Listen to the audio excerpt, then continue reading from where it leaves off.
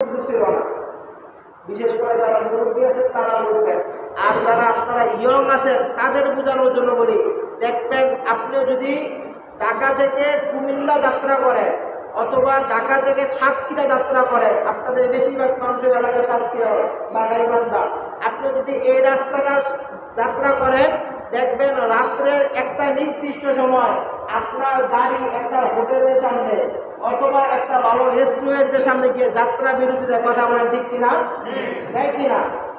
আপনাদের জানাশোনা দেয় কিনা এরকম যাত্রা বিরতি 10 মিনিটের জন্য, 5 মিনিটের জন্য? ঠিক এরকম একটা সময় এরকম জিনিসগুলো ছিল না।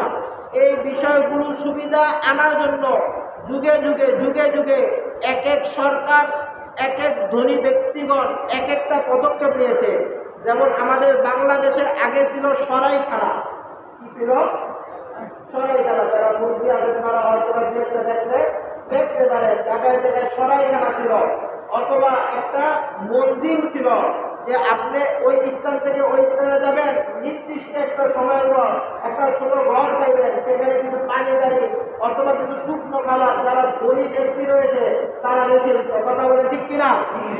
আল্লাহর নবীর জামানায় অর্থাৎ ইসলামের আরো আগে এক ব্যক্তির ঘটনা আল্লাহর নবী সাহাবীদের কাছে বর্ণনা করতেছেন যে কোনো ব্যক্তি যদি তাওবা করে আল্লাহর দরবারে ক্ষমা চায়, নিজের গুনাহ থেকে ফিরে আসতে চায়, আমার আল্লাহ ওই ব্যক্তির প্রতি কেমন খুশি হয়। আল্লাহ নবী বলতেছেন, এক ব্যক্তি তার উট নিয়ে, সামান নিয়ে, অর্থ নিয়ে, খাবার নিয়ে যাত্রা করতেছে, ভ্রমণ করতেছে, রাস্তার মধ্যে ক্লান্ত হয়ে গেল, একটা গাছের নিচে যখন সে বিশ্রাম করতেছে, এমন সময় ওই ব্যক্তির উট তার সম্পদ খাবার নিয়ে অন্য স্থানে চলে গেছে। জামান করে বলি আল্লাহু আকবার। কোথায় চলে গেছে? অন্য স্থানে চলে গেছে।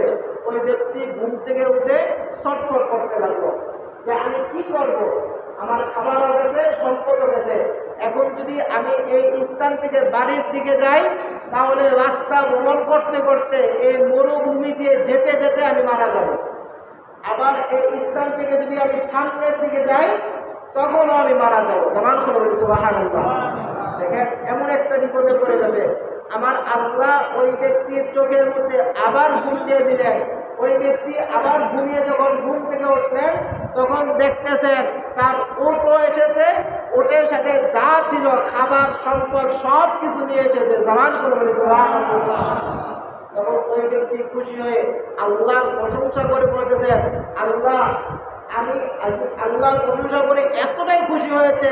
সে ব্যক্তি বলতেছেন যে আমি আল্লাহর প্রতি খুশি হয়েছি, আমি আল্লাহর প্রতি নিয়ামত দান করেছি। জামান করে বলি সুবহানাল্লাহ। কথা বলবে একটা, বলতে গিয়ে খুশিতে আরেকটি শব্দ উচ্চারণ করেছে। জামান করে বলি সুবহানাল্লাহ।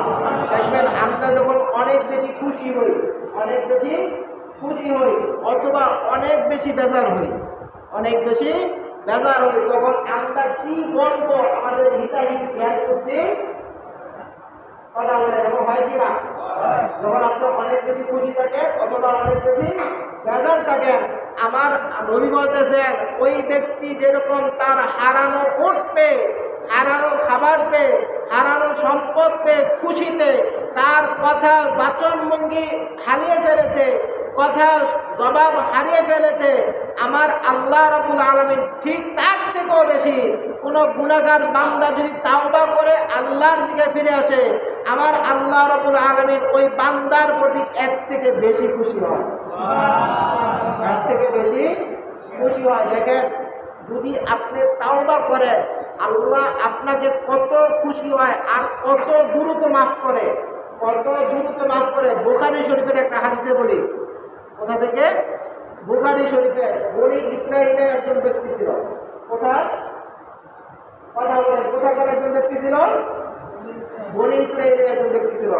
ওই ব্যক্তি 99টা খুন করেছে। কয়টা খুন করেছে? সবাই কথা বলতে হবে। কয়টা খুন করেছে? বনি ইসরাঈলের একজন ব্যক্তি 99টা খুন করেছে। ওই ব্যক্তি 99টা খুন করার পরে তার মনে একটা অনুতপ্ত আসলো, তার মনে একটা ক্ষমা পাওয়ার আকাঙ্ক্ষা জন্মাইল। সে তখন একজন আবেদের কাছে গেছে। একটা হচ্ছে আবেদ, আরেক শ্রেণী হচ্ছে আলেম। আবেদ আলেম, এই দুইটা জিনিস কিন্তু এক না। দুইটা জিনিস এক না, আপনাদের বুঝতে হবে। আবেদ হচ্ছে যে আল্লাহ ইবাদত বন্দেগী করে, যে আল্লাহ ইবাদত বন্দেগী করে। আর আলেম হচ্ছে যে আল্লাহর হুকুম আহকাম বিধান, আল্লাহ রাব্বুল আলামিনের মারিফাত, আল্লাহ রাব্বুল আলামিনের জ্ঞানগুলো জানে এবং আল্লাহর ইবাদত বন্দেগী করে। জবান খুলে বলি সুবহানাল্লাহ। দুজনের স্তর কখনো এক না।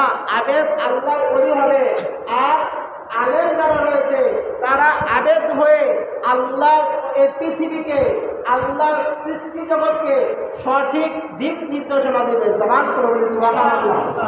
ওই ব্যক্তি প্রথমে ইবাদত অর্থাৎ আল্লাহর দরবারে তাওবা করার চিন্তা করলেন। কোথায় যাবেন? দেখবেন অমুক এলাকার মধ্যে একজন আবেদ বান্দা রয়েছে, তাকে সমাজের সবাই সম্মান করে, সবাই মান্যগণ্য করে। এমন এক ব্যক্তির কাছে গেলেন, গিয়ে বলতেছেন, হুজুর আমি 99টা খুন করেছি, আমার ইচ্ছা আমি তাওবা করে আল্লাহ রাব্বুল আলামিনের দরবারে মাফ পাইতে চাই। জবান খুলে বলি সুবহানাল্লাহ। আবেদ ব্যক্তি সাধারণ মানুষ, তাকে কিছু বললেন না। উনি তো ঘাবড়িয়ে গেলেন, তুমি 99টা খুন করেছ, তারপরে এসেছো আল্লাহর কাছে তাওবা করার জন্য, সম্ভব না। ওই ব্যক্তি আরো বেশি ভয় পেয়ে গেলেন, যেহেতু আমি আল্লাহর কাছে মাফ পাইবই না, তাহলে তোমাকেও জীবিত রাখবো, তোমাকেও জীবিত রাখবো না। সাথে সাথে ওই আবেদ ব্যক্তিকেও মেরে ফেললেন। তাও খুনের সংখ্যা কয়টি হলো এখন? কথা বলেন, কয়টি হলো? 100টি খুন করেছে।